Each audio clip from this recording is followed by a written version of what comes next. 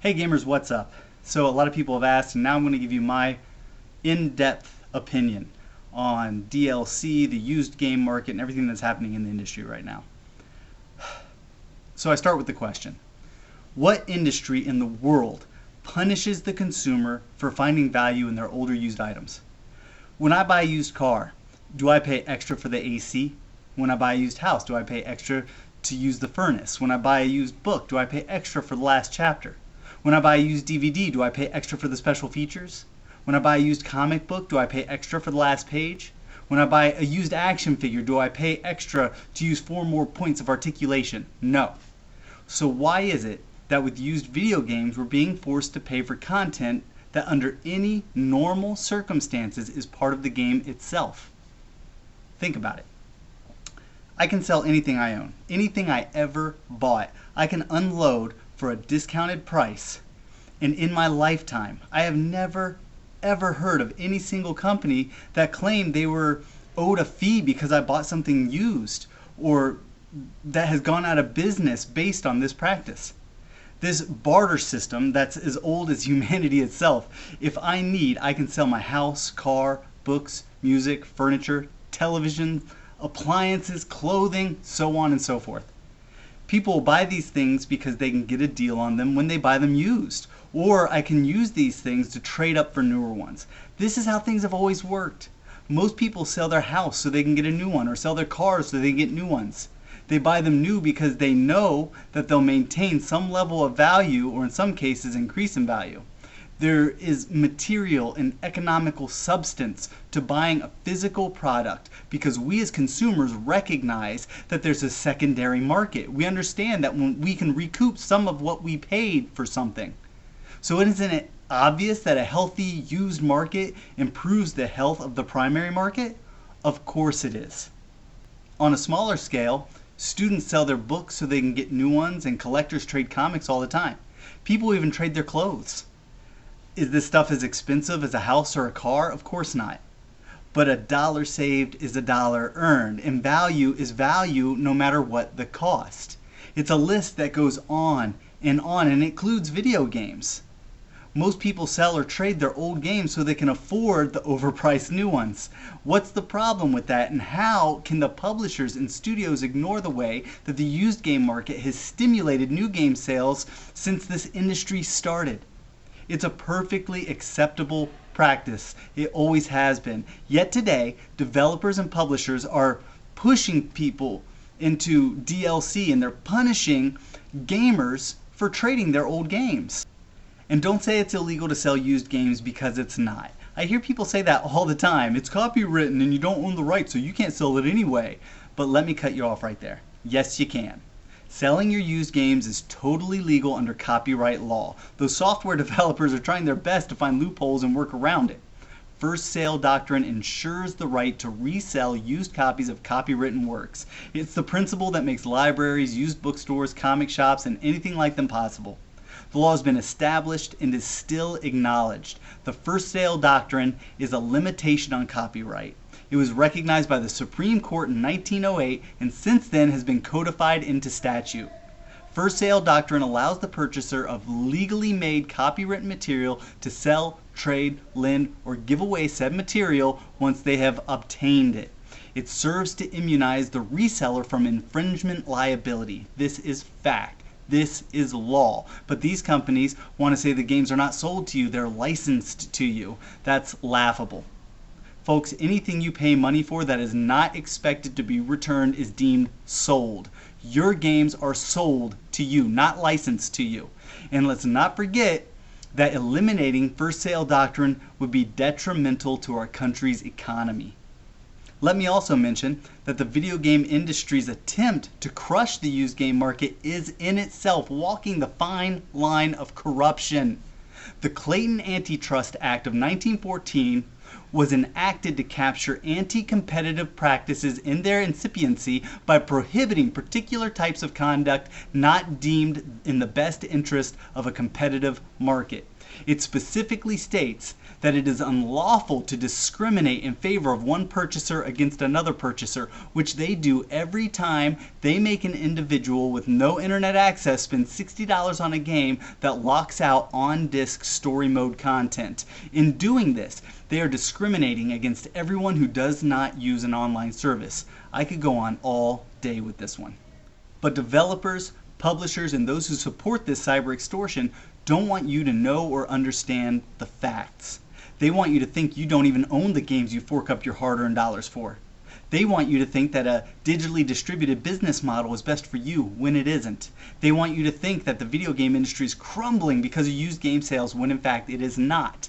They all know that buy-sell trade stores have been dealing in video games fairly and legally since they came on the scene. When the Fairchild Channel F came out in 1976 and used programmable ROM cartridges to store games on, people started trading and selling their games. They know that before that, people sold and traded their Pong systems and their Magnavox Odyssey consoles from 1972. But used games haven't crushed the video game industry at any point over the last 40 years, and they're not doing it now. Think about it logically. Buy-sell trade stores have been trading video games since before most current-day studios were even in business themselves. And when they started their small studios, even with the used game market growing side by side with them, they grew as well. And in that time, I have yet to see the video game studios that have gone out of business because of it. Has anyone ever read an article or seen a news report where the developer said, yes, we went out of business because of used game sales? No, you haven't, because it's never been said. Examples. When Free Radical, one of my favorite studios of all time, went under, was it because of used game sales? No. It was bad business decisions that killed them. When the Sega Dreamcast went under and Sega had to abandon hardware, was it the used game sales that killed it? No. It was some bad decisions made on the part of Sega. Chrome Studios, the largest game development studio in Australia, closed due to improper business strategies, not used game sales. In 2011, Bizarre Creations, Team Bondi, Propaganda Games, BlackRock Studio, and Codemasters Studios Guildford all closed down, not because they were demolished by used game sales, but because they made bad business decisions, from releasing substandard games to over-budgeting and bad management. Look them up and see for yourselves. In no report of any closings I've ever seen used games listed as a reason. Yet, there are studios right now who would have you believe otherwise. Well, let me tell you what I think. How does a new game prosper? The game launch is the most important consideration when it comes to a game's success. When the game launches, there are no used copies of it on the wall to compete with the new sales. Also, a game that doesn't sell well doesn't have as many used copies in circulation. Less used games in circulation equal less used sales of said title. So if most game studios are closed down when they release a game that performs badly and fails to earn profits, how are used games a factor? And don't say it's because the game is bad and everyone trades it in and then there's a bunch of used copies on the shelves, because that's illogical. If it didn't sell new, then it's not selling millions used. Poor performance is poor performance, period. Used games have no effect on the consumer's opinion of a bad product. So when a game launch is unsuccessful, the product itself is what costs the studio money, not the used game market. It's always been that way. Think about it. We hear over and over how small studios can't make it. Why is that? Is it because of used game sales? No. More than anything, it's because they're priced out. How can a small company compete with the biggest names in development and publishing? Companies like EA, Ubisoft, THQ, Disney, Warner Brothers, Activision, and all the rest of the multi-million, multi-billion-dollar corporations. Just to release a game to compete with those companies, they have to spend tens of millions of dollars that they simply don't have, or sell out to said companies and give up their freedoms. Used games shut down small studios? That's funny. How about big studios shut down small studios? Because that's the story we hear over and over and over again. It's called corporate restructuring, and once they own your little studio, they'll close it down in a heartbeat, even if it does well, just to make a few extra dollars. Yes, I'm saying that a studio doesn't even have to do poorly in order to be closed. The question is whether the bigwigs will make more money when they close them down. And since they despise the used game market, they get a very convenient scapegoat. You want examples? Okay, so take a look at EA's Melbourne branch of Visceral Games. After performing very well with Dante's Inferno and then coming right back and selling nearly 2.5 million copies of Dead Space 2, and with 3 years of work on an unnamed AAA multi-platform title under their belt, they were closed down and 21 developers put out of work. EA themselves reported in their 2011 financial results that cumulative sales of Dead Space 2 were 40% higher than the sales of the original Dead Space. So how did used game sales hurt that studio? They made millions. They were profitable. And it gets better. EA closed that studio during a year in which, according to their own website, they reported net revenue of $3.828 billion. This is fact. It's funny, really. Small studios go out of business when they're not successful and run out of money. EA closes a successful studio in the name of making more than they already have. Used game sales my ass. You know what happened? EA sees an opportunity to make money, so they overstaff. They open a new studio or buy another one. They expand with no foresight. And then when things slow back down, as they're expected to do, they tighten up, cut jobs, close studios, and put people out of work. So John Riccitiello and the rest of the EA bigwigs can collect their nearly $1 million a year salary plus bonuses. Not because of used game sales, not because used game sales are hurting them, but because they see opportunities to sacrifice people for profit. As a matter of fact, if you really want to look at it, a story of closing studios that I've heard over and over is one of EA acquiring and then shutting them down. EA has acquired something like 38 smaller studios since 1987. Take a peek at the list. A lot of them ended up closed down, but don't just take my word for it. Go look into it. Read about EA's practices and decide for yourself. It's all there if you're willing to take a second to open your eyes and look at who they are. You want more? THQ closed down 5 studios in 2011 and not one of them because of the used game market. Blue Tongue, Studio Oz, and THQ Digital Studios Warrington all closed due to poor performance and non-profitability. In short, their games didn't sell. They were managed badly, and they released substandard products. Not because people bought their games used, but because no one bought them new. THQ Digital Studios Phoenix closed after its massive failure with MX vs. ATV Alive, a game that THQ themselves caused to fail with its scandalous, corrupt DLC system. And lastly, THQ closed down Chaos Studios after they launched strong, profitable games. Homefront and Frontline's Fuel of War were successful titles. They made millions of dollars, and for some reason THQ shut them down. None of this has anything to do with used games. If it did, why would Chaos close? Shouldn't they have been the one to stay open? If anything, they closed Chaos because the poor performance of their other studios cost them so much that they had to compensate by closing a studio that did well. And again, new games not selling has nothing to do with used games. It has a lot more to do with the overpricing of new games and the poor quality of the product these studios put out. Seriously. Can you blame people for not wanting to buy a new substandard game for $60, especially when you can pick it up a year down the road for $20 new? That's not the consumer's fault. It's not the fault of the used game market. But instead of fixing things, they make a scapegoat of the used game market, change nothing at all, fail to fix the real problems while they work on fixing the fake problem, and the consumer suffers. Yeah. Keep making these shallow games with no substance, directed to casual gamers who just don't know any better.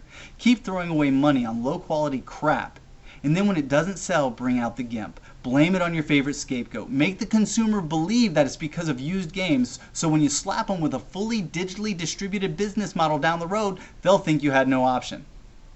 A small studio like Free Radical with an amazing franchise like Timesplitters can go under just like that, by putting millions of dollars into a game like Haze and losing everything. Is that the fault of used games? No. The game didn't sell, and if it didn't sell new, you can be certain it didn't sell used.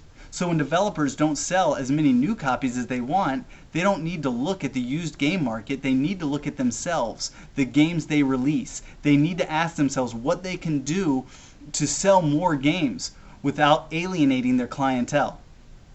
Guillaume de Falamer, co-founder and CEO of Quantic Dream, said that they sold only 2 million copies of their PS3 exclusive Heavy Rain. He then said that since Trophy stats show 3 million people played the game. 1 million people played his game without paying him. This is easily the greediest and most ignorant thing I've ever heard a developer say. This guy is a first-class buffoon. He conveniently forgot about households with multiple consoles or PSN accounts, or friends sharing games, people making new profiles, etc. How many of you out there watching this video have multiple accounts on your PS3 or 360? How many of you have family members with separate accounts? How many of you have multiple consoles? When a game sells new to a family, how many people play it? On average, it's 2 people in my house. How about you?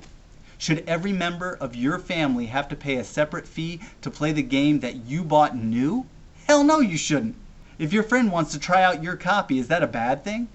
I've been loaning and borrowing friends' games as long as I can remember, and never once has that practice been criminalized. Are we bad people? Or should Guillaume de Fallomer be more concerned that his game only sold to 3.24% of the entire PS3 user base?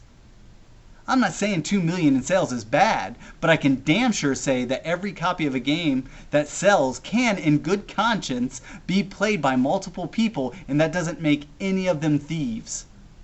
I can also say there are better ways to sell your game to more people. How about offering some replayability? How about rewarding gamers with in-game unlockable content? How about lowering the MSRP to encourage first-day sales? Heavy Rain wasn't a bad game. In fact, it was pretty fantastic. But what did it offer outside of one playthrough? What reward did it offer for playing it a second time? And I'm not talking about multiple endings. I'm talking about some old school Resident Evil style weapons, costumes, gameplay modes, etc. You know, things that were once included with games before they started charging you extra for them.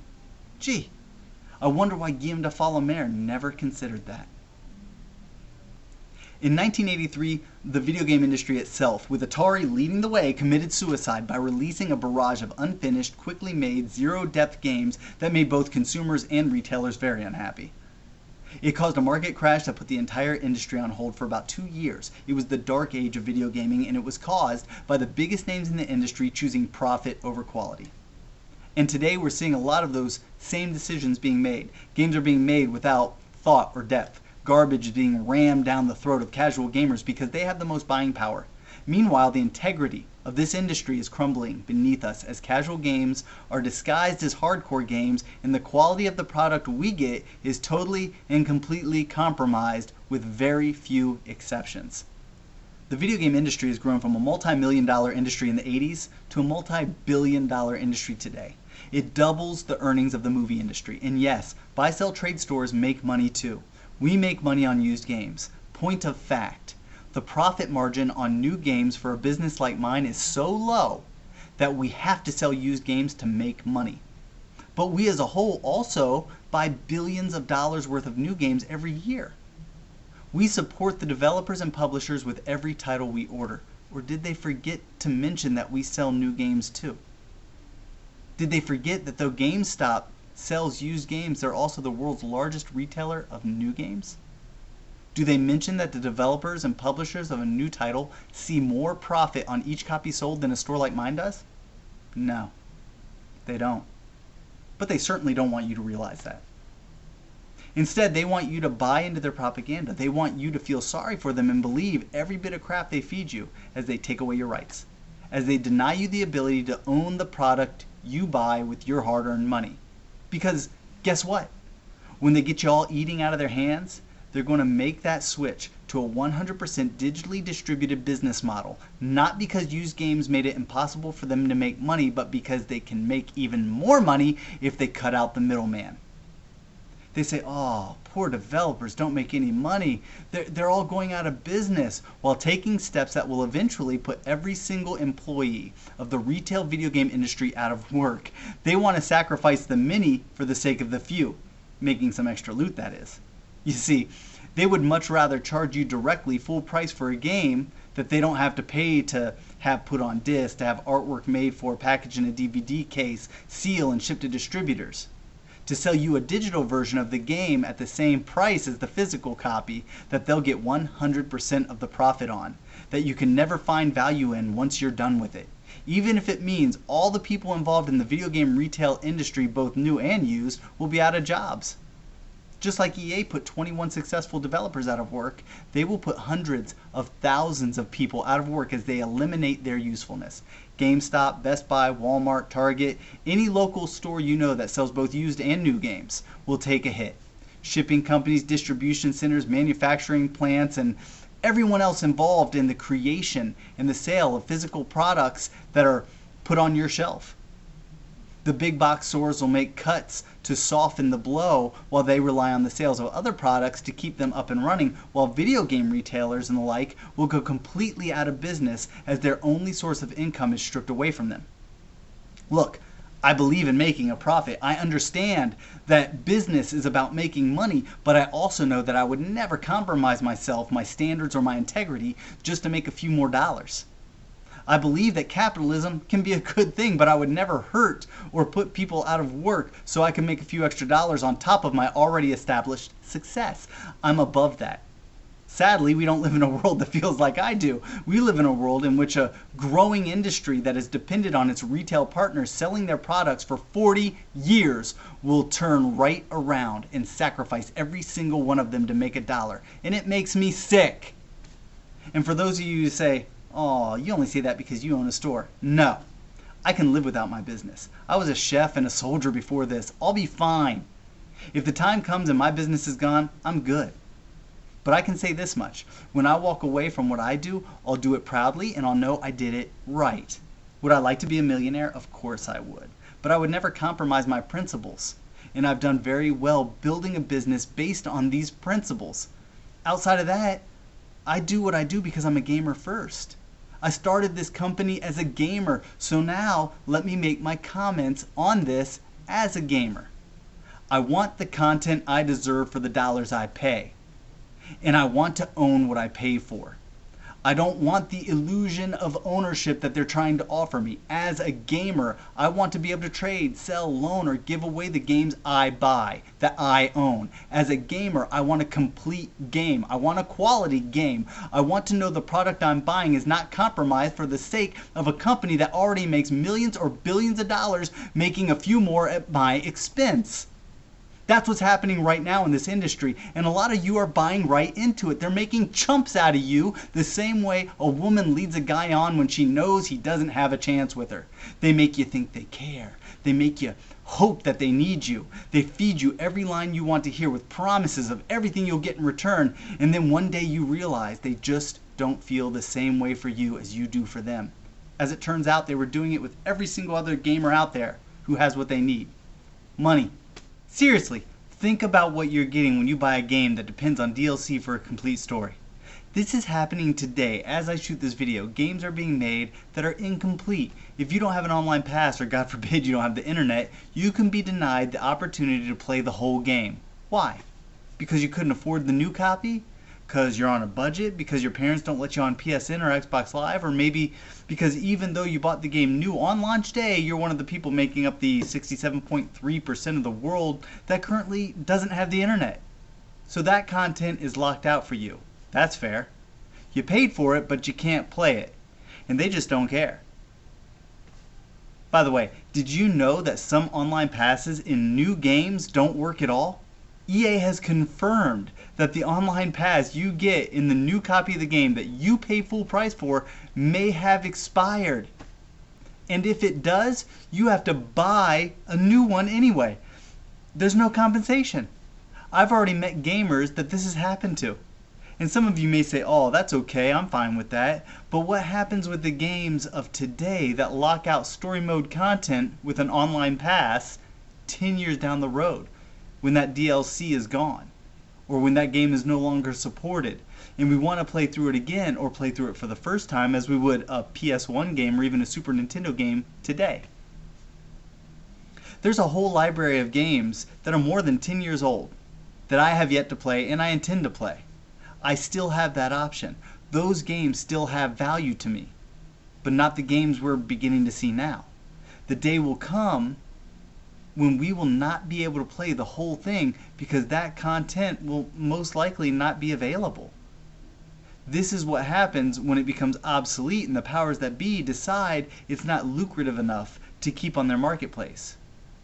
We're paying money for a product that we do not own, that we will not find value in once we're done with, and that will someday not exist as a whole. Think about that. And say I'm wrong. Cool. I've gotten so much hate mail from the fanboys since I started slamming EA, but you know what?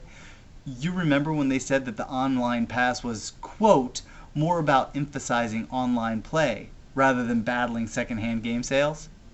Do you remember that? If that's the case, why does online pass now apply to story mode content? Oops. Didn't anyone pay attention to that? Isn't it called online pass?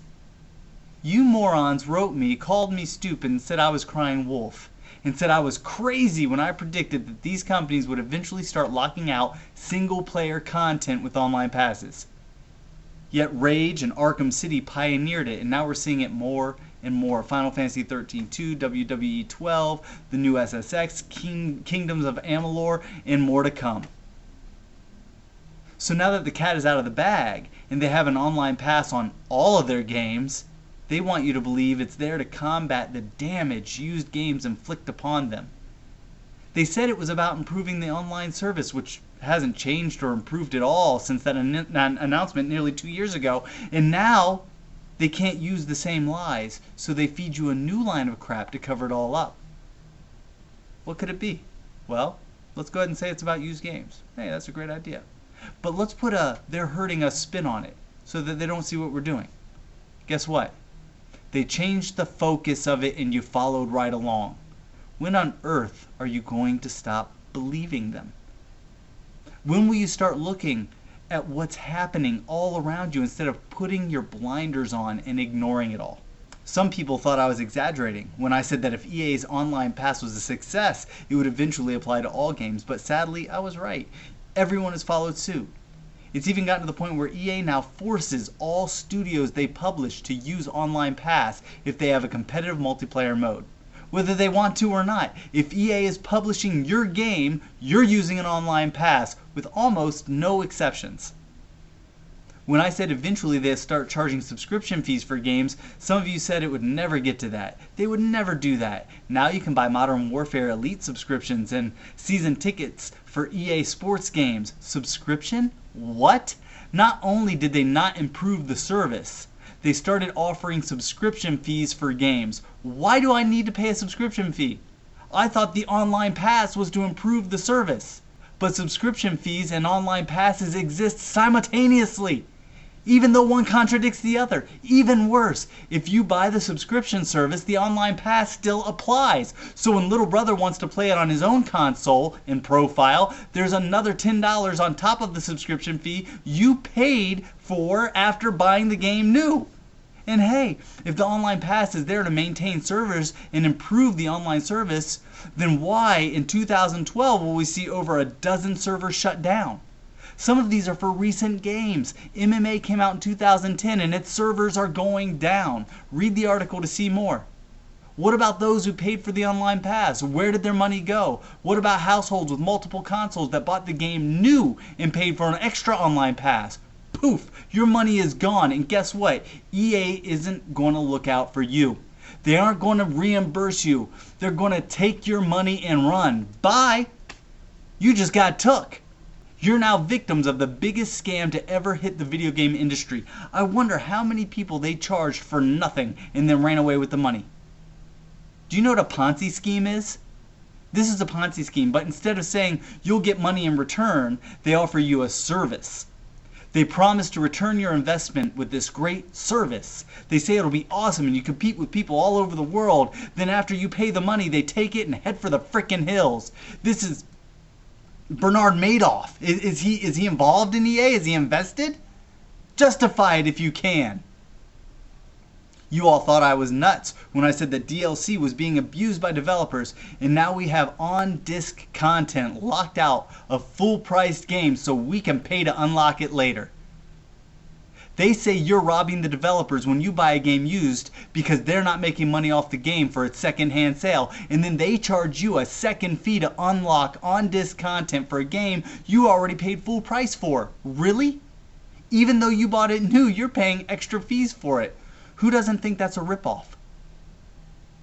Should you really have to pay to unlock content in games like Gears 3, Bad Company 2, Bioshock 2, Street Fighter, Tekken, and Mass Effect 3, just to name a few?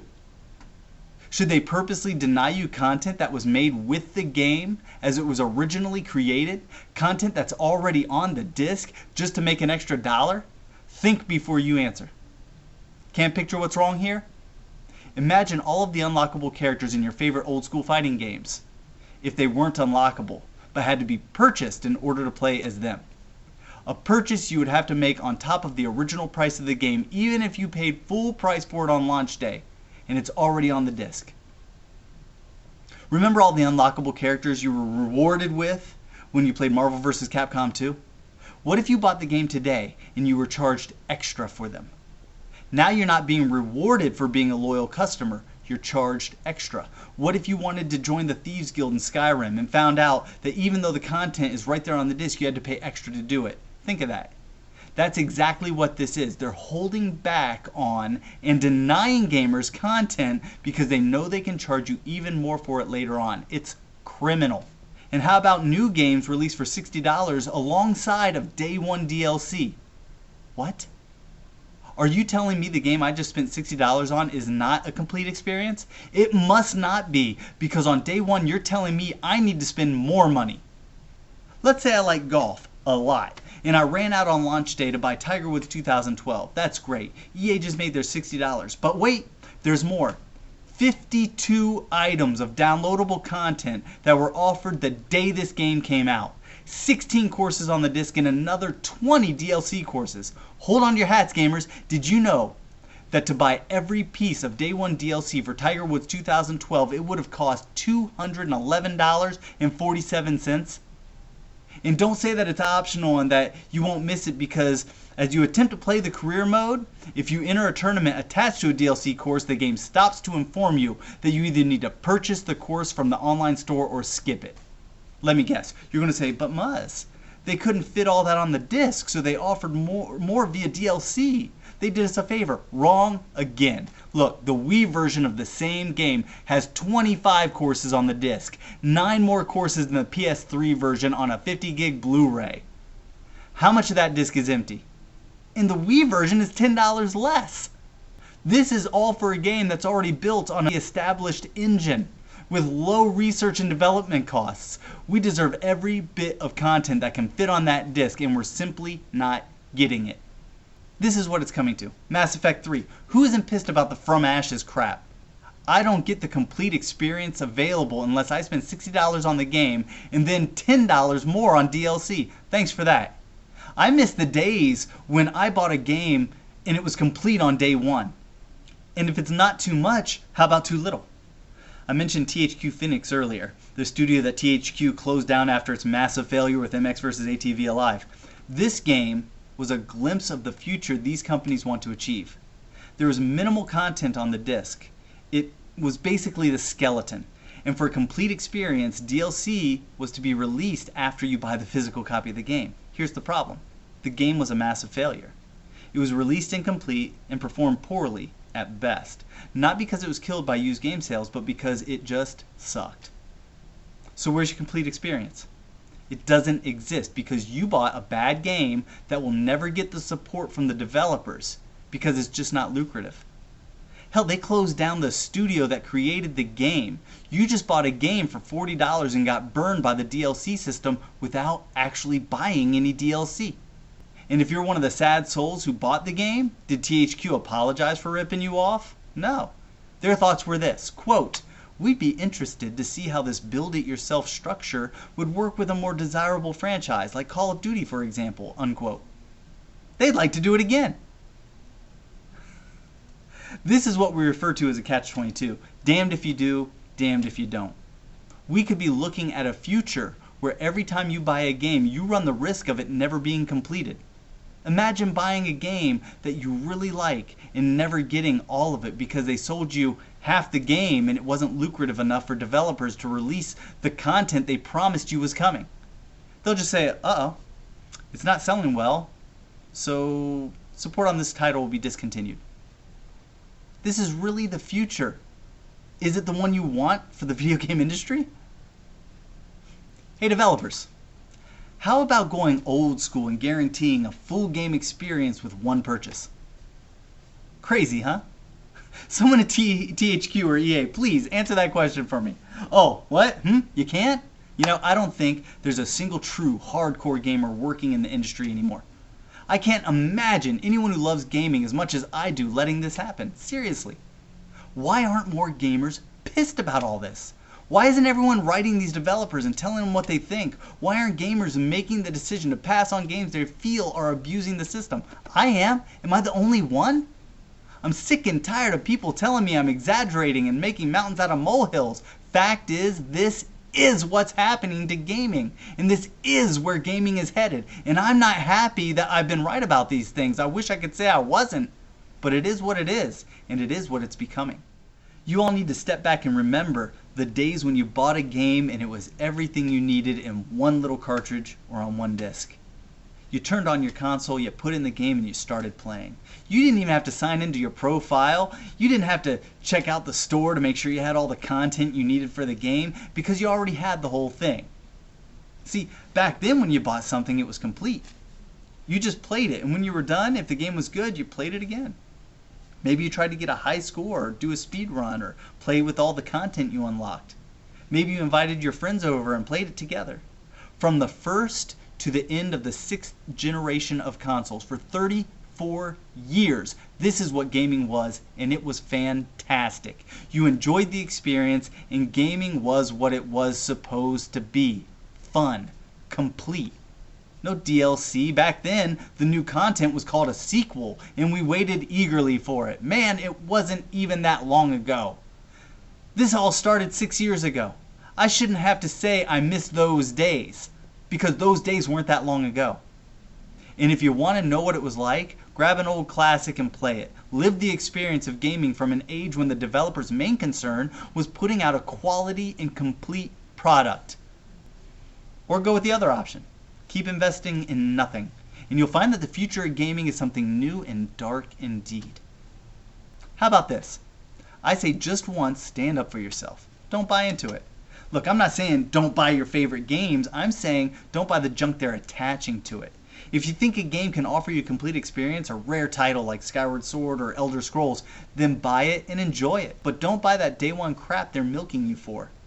Don't pay for an online pass. Don't pay for on-disc content that you should have gotten for free for day one. Every person who buys that content is giving them another reason to do it again. If you aren't part of the solution, you're part of the problem, period. If no one bought the DLC on day one, they'd be less inclined to keep doing it. It's all about the money, and we are the ones spending it. As a community, hundreds of millions strong, we control this market, but for some reason, you all act like you have to eat up every table scrap they toss you. How about practicing a little self-control? Stop being their bitch. Stop believing the lies they tell you. Stop thinking that you don't have the power to make a change. Sure, one gamer isn't going to change things, but if all of us did it together, we could shut studios down all by ourselves. Pick one. We as a community could shut Microsoft or Sony's game division down in mere months. We could tell developers what we want and we get it. Look at what happened with the ending of Mass Effect 3. Gamers spoke up and something happened. Don't say you don't have a voice. Don't say you aren't strong, because you are, and you're not children. You don't need a company like EA to tell you what you want, especially when it's not what's best for you. We're all members of one of the biggest communities on this planet. There are more gamers than there are soldiers in the United States military. Don't tell me we have no power. Stop listening to their propaganda. Don't let them control what you think and buy. We all deserve better than that. This is the turning point, the proverbial fork in the road for this entire industry. Where it goes from here depends on you, the gamer, because let's face it, they aren't going to look out for us, and I promise you, if things keep going the way they are, 10, 15 years from now, you'll all look back and say, yeah, I guess he was right. You'll find yourself saying things like, man, it's a shame I can't go to the video game store anymore. Too bad I have to keep every game I buy forever. I wish I could go and give away, trade, sell, or loan my games to friends. It sucks that I pay all this money for games and that they're completely worthless once I'm finished playing them, and so on. I say these things. I try to impress them upon you so that you will never have to look back with regret at what our industry has become. I'm a gamer. I don't want to see that day come. But if things keep going the way they are, that's the future. So where do you stand? When it's all said and done, will you know you did everything you could? Will you be able to feel good about how you stood up for everything that's wrong with this industry in order to protect it, to preserve its integrity? And I know there will be those who come here and tell me it doesn't matter what we do, but you know what? Those are exactly the people who are the problem. You folks just lie down and take it because it's the easiest option. You're weaklings. You're pathetic. Sure, there are no guarantees. That's life. There is no certainty that standing up will automatically solve all our problems. But if you're dedicated, if you love this industry like I do, then you should be willing to give it your best effort in the hope of a better future for the greater good. Because there is a 100% guarantee, an absolute certainty that if the gaming community does nothing at all, then companies like EA, THQ, Ubisoft, and the rest of them will continue to abuse us as a whole. Doing nothing won't accomplish anything. It never has, and it never will. That's all I have to say for now. I hope everyone who sees this will take the time to really consider it. Thanks for watching. Have a great day.